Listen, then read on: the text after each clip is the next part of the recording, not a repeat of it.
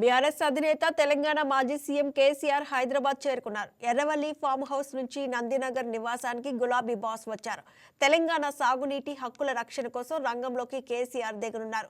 రేపు మధ్యాహ్నం 2 గంటలకు తెలంగాణ భవన్లో బీఆర్ఎస్ కీలక నేతలతో సమావేశం కానున్నారు. రాష్ట్ర సాగునీటి హక్కుల రక్షణ కోసం మరో ప్రజా ఉద్యమంపై నేతలకు దిశానిర్దేశం చేయనున్నారు. బీఆర్ఎస్ ఎల్పీ సమావేశం తర్వాత కేసీఆర్ మీడియాతో మాట్లాడే అవకాశం ఉన్నట్లు తెలుస్తోంది.